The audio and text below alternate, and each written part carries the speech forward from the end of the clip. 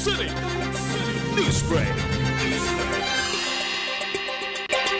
Binigyang diin ang pagpapaigting sa papel ng mga civil society organization o CSO bilang katuwan sa pamamahala upang maisulong ang kapakanan at pag-unlad ng mga sektor sa komunidad.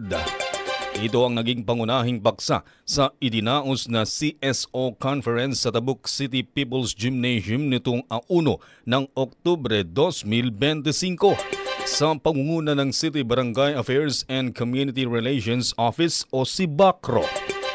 Ayon kay Tabuk City Councilor Martinez Vicente, Chairperson on Cooperative Enterprise and CSOs, mahalaga ang pagtutulungan ng pamahalaan at mga CSO upang mas maging inklusibo ang mga batas at polisiya.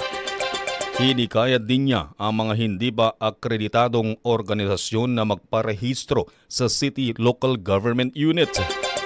Samantala sa mensahe ni Vice Mayor Dick Balao na binasa ni Francisco King Gamatero, pinasalamatan niya ang mga kalahok at kinilala ang kanilang serbisyo para sa siyudad. Binigyang diin rin niya ang kahalagahan ng sama-samang pagkilos ng mga ordinaryong mamamayan na tungo sa pag-unlad ng Tabuk. Sa panig naman ni City Mayor Darwin Estraniero na kinatawan ni Enrique Baliang, sinabi niyang mahalaga ang nasabing pagtitipon upang maiparating ang mga mamamayan ang kanilang saloobin at inaasahan sa pamahalaan. Anya, malaki ang naitutulong ng CSOs sa mga tagumpay at pagkilalang natamo ng lungsod. Hinimok din ng alkalde ang mga lider sibiko na ipagpatuloy ang kanilang serbisyo at ibahagi sa kanilang grupo ang kaalamang nakuha sa kumperensya upang mas marami pa ang matulungan.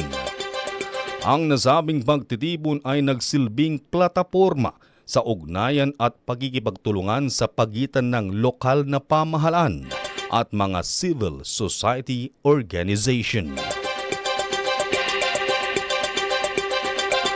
At yan ang balita para sa oras na ito.